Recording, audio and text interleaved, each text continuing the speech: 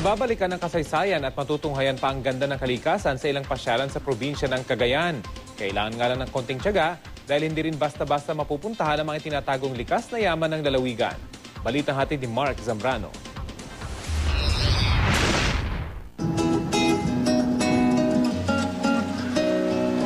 Nasa pinakahilagang silangang dulo ng Pilipinas, ang bayan ng Santa Ana, Cagayan. Tahimik at tila hindi napapansin noon ang fishing community na ito kumpara sa ibang mga sikat na pasyalan sa Pilipinas. 6 na isla ang matatagpuan sa karagatang sakop ng Cagayan. Ilang minuto lang ang layo mula sa bayan. 45 minuto lang ay mararating na ang Cape Engaño sa Palawi Island, kung saan matatagpuan ang parola o lighthouse na ginawa pa noong 1887. 200 hakbang paakyat ng hagdan ang bubunuin bago makarating dito. Pero sulit naman ang hirap dahil pagdating sa taas, masisilayan ang tanawing hindi mapapantayan.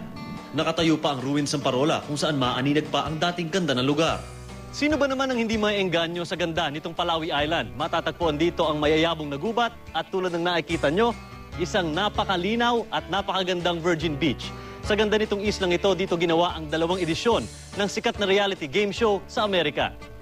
Nag-triple po yung bisita natin ngayon compare last year. Last year kasi ang kanilang income lang is umaabot lang ng 1.2 million. Yung 43 na bangka. Ngayon, nasa kalagitnaan pa lang tayo ng taon, umaabot na ito ng 2.7. Kilalang pasyalan din ang Angi Beach na binansagang Boracay of the North dahil sa malapulbos na white sand at napakalino na tubig. Napapalibutan ito ng maliliit na bundok na nababalot ng mayabong na gubat. Pero kamakailan, napabalita ang iligal na panguhuli ng mga kambing sa 6 na uninhabited na isla sa karagatan ng Cagayan. Mahigit 150 miles lang kasi ang layo ng mga isla ng Itbayat, Siayan, Mabudis at Yami Island mula sa mainland Taiwan. Minsan, may mga illegal fishing dyan, malalaki na yung alon. Rubber boat ang gamitin namin eh. Yung rubber boat parang napakalit sa tubig eh. Dahil ang laki yung alon.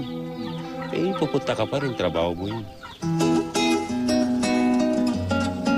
Ang paraisong ito sa norte, naway maprotektahan para lalo pang dumami ang mga turistang mauhumaling sa likas na ganda ng Santa Ana. Mula rito sa Santa Ana, Cagayan, Mark Zambrano, GMA News.